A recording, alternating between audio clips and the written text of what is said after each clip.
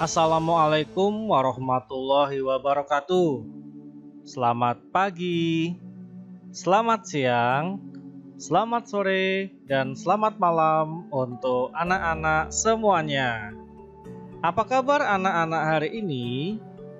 Semoga kita selalu dalam keadaan yang baik, sehat, dan tentunya bahagia. Berjumpa kembali dengan kami para Punokawan. Mbah Semar akan mengajak kalian untuk kembali belajar di kelas 5, tema 3, subtema 3, dan di pembelajaran 4. Sudah siap belum anak-anak semuanya?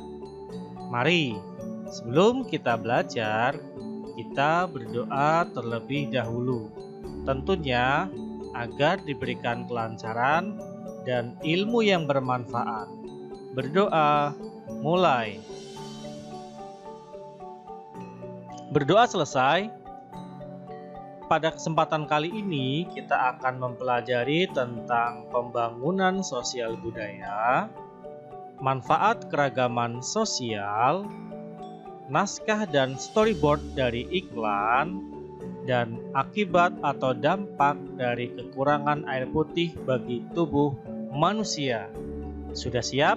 Yuk kita lanjutkan. Perhatikan percakapan antara keempat orang sahabat berikut, Udin, Beni, Lani, dan Siti. Udin, aku tidak menyangka ternyata teman-teman kita memiliki beraneka ragam keterampilan yang luar biasa. Beni, hahaha, betul Din. Ada yang menulis bahwa ia mahir bermain gitar. Ada yang terampil bermain drum. Ada pula yang merdu suaranya. Wah, mereka bisa membentuk sebuah band sekolah, Din. Lani, seru sekali ya. Bayangkan kalau di dalam sebuah kelas, kita semua hanya terampil bermain drum. Tapi tidak ada yang terampil bermain alat-alat musik lainnya. Dan bahkan tidak ada yang pandai bernyanyi. Siti, itulah salah satu kekuatan keragaman yang kita miliki ya Lan, bahwa dengan perbedaan yang ada, kita dapat saling mengisi dan melengkapi.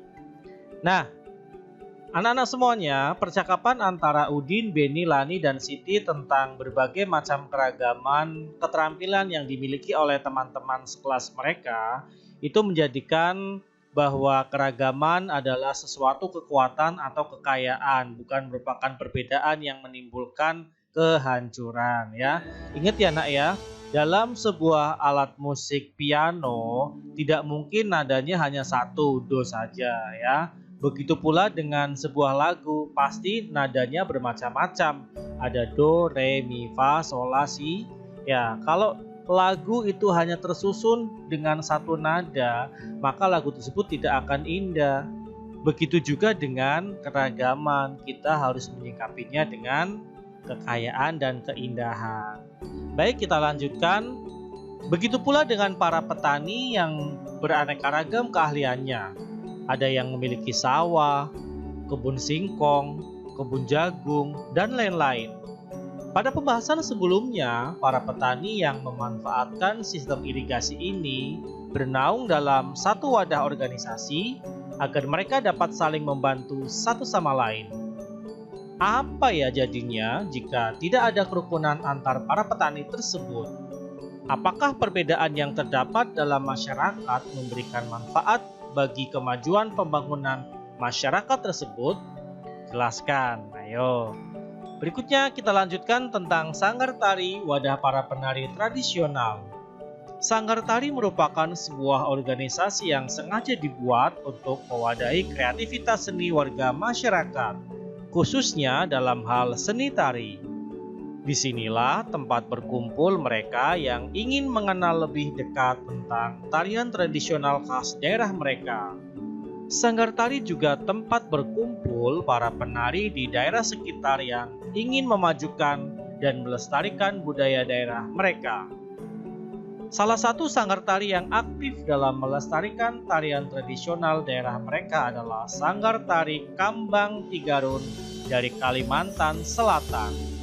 Sanggar tari ini memiliki misi menumbuhkan dan memupuk cinta budaya Nusantara, khususnya daerah Kalimantan Selatan sehingga tetap lestari.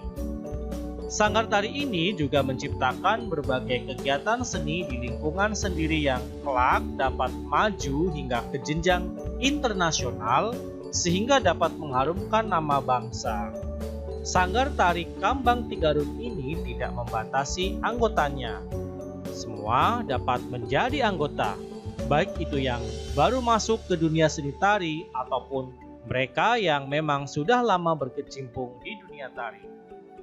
Hal ini tetap mengacu pada tujuan didirikannya sanggar ini, yakni mewadahi para muda-mudi Kalimantan Selatan untuk menyalurkan minat, bakat, dan kreativitas di bidang seni tari. Nah, anak-anak semuanya, sanggar tari merupakan sebuah contoh swadaya masyarakat untuk pembangunan sosial budaya di daerah mereka. Sekarang sebutkan contoh-contoh keragaman sosial budaya yang dapat ditemukan di daerahmu. Jika itu berbentuk bahasa daerah, sebutkan nama dari bahasa daerah tersebut dan seterusnya. Nah, berikut akan ditampilkan contoh lainnya dari 1 sampai dengan 5. Perhatikan ya. Yang pertama, bahasa Jawa yang merupakan bahasa dari masyarakat suku Jawa. Contoh keragaman sosial budaya berikutnya adalah padepokan silat. Ya. Silat merupakan bela diri khas atau asli dari Indonesia. Yang ketiga ada sanggar seni tari. Yang keempat, sanggar seni lukis. Dan yang kelima, sanggar batik, misalkan batik Semarangan. Dari mulai bahasa Jawa, padepokan silat, sanggar seni tari, sanggar seni lukis, dan sanggar batik Semarangan, kelimanya merupakan contoh dari pembangunan sosial budaya di daerah mereka masing-masing. Nah, sekarang kita akan melanjutkan tentang manfaat keragaman sosial budaya. Contoh yang pertama, menarik minat para wisatawan asing dan dalam negeri untuk berkunjung. Seperti yang dicontohkan tadi, jika dalam suatu masyarakat terdapat misalkan ada sanggar tari atau misalkan sanggar batik, pastinya para wisatawan akan tertarik untuk datang melihat bagaimana proses pembuatannya, bagaimana hasil akhir jadinya.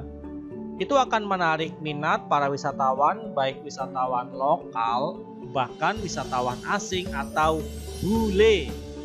Baik, nomor 2 adalah mempererat persatuan dan kesatuan bangsa. Ingat, keragaman bukan menjadi sebuah perpecahan, tapi menjadi sebuah kekayaan yang dapat mempererat persatuan dan kesatuan bangsa.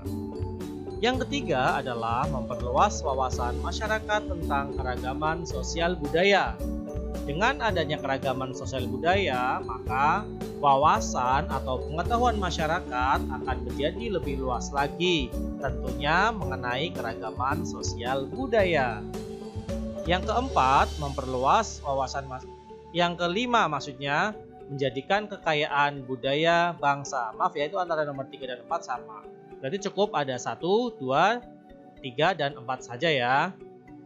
Baik, anak-anak semuanya, kita akan melanjutkan belajar tentang storyboard iklan. Nah, namanya asing kan? Biar Bapak perjelas. Ini contoh dari storyboard iklan. Jadi, sebelum iklan dibuat, si pembuat iklan harus membuat dulu yang namanya storyboard.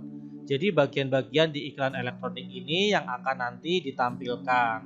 Nah, perhatikan di iklan elektronik mengenai apa ini ya? Pembersih wajah kayaknya ya, krim perawatan wajah. Nah, perhatikan di sini ada 8 gambar yang merupakan tahap-tahap dari bagian-bagian yang akan ditampilkan di iklan elektronik ya. Dimulai dari yang pertama, nanti ada kata-kata membuka pertanyaan. Setelah menggunakan hada laba, bagaimana hasilnya? Itu contohnya. Terus yang kedua, hada laba mengandung aloe vera, lebih lembut, lebih elastis, lebih glowing. Nah, itu merupakan salah satu contoh dari storyboard iklan. Nah, Ini pengetahuan penting yang harus anak-anak semua tahu ya. Sebelum membuat iklan harus bisa membuat juga storyboard iklan. Nah, selain storyboard iklan, kita juga harus bisa membuat naskahnya. Contohnya ini adalah iklan layanan masyarakat dengan tema keragaman sebagai modal pembangunan bangsa. Judul iklannya misalkan diberi contoh kita semua saudara. Tokoh iklannya ada orang-orang dari Sabang sampai Merauke ya, misalkan ada Teuku Wisnu, Adi Sihombing, ada Joko dan ada Made. Berikut beberapa percakapannya, misalkan saya Teuku, saya dari Aceh, kita semua bersaudara. Saya Adi, saya dari Medan, kita semua bersaudara. Saya Joko, saya dari Solo, kita semua bersaudara. Ada Made, saya Made, saya dari Bali, kita semua bersaudara. Nah, terus dengan bersama-sama antara Teuku, Adi, Joko, dan Made. Kita semua bersaudara, bersatu dan bangga akan Indonesia. Nah, kata kunci dari iklan layanan masyarakat tersebut adalah saudara, bersatu, dan bangga Indonesia. Nah, anak-anak semua, sekarang kita akan lanjutkan pembelajaran tentang tubuh manusia memerlukan asupan air putih yang cukup ya. Nah, kurangnya asupan air putih dapat berdampak bagi kesehatan tubuh. Beberapa di antaranya, yang pertama, membuat sel-sel otak menjadi tidak aktif. Wah, bahaya ya. Kalau misalkan otaknya jadi tidak aktif, kita nggak bisa mikir lagi ya. Yang kedua, menurunkan konsentrasi. Awas, hati-hati. Ketika kita melakukan suatu pekerjaan, misalkan membuat tugas dan lain sebagainya, harus konsentrasi. Karena kalau tidak konsentrasi, maka kita akan terganggu dalam mengerjakan tugasnya. Yang ketiga, menyebabkan halusinasi. Berpikiran apa yang sebenarnya tidak terjadi, itu namanya halusinasi. Kalau anak sekarang nyebutnya halu ya, jangan halu. Makanya berbanyak air putih. Lanjut, menyebabkan infeksi kandung kemih. Yang kelima, membuat kulit jadi kusam. Yang keenam, mengganggu fungsi ginjal. Baik anak-anak semua, demikianlah pembelajaran pada hari ini. Semoga bermanfaat. Tetap semangat, tetap jaga motivasi kalian dalam belajar. Sampai jumpa di pembelajaran selanjutnya. Tetap jaga kesehatan. Sekian. Wassalamualaikum warahmatullahi wabarakatuh.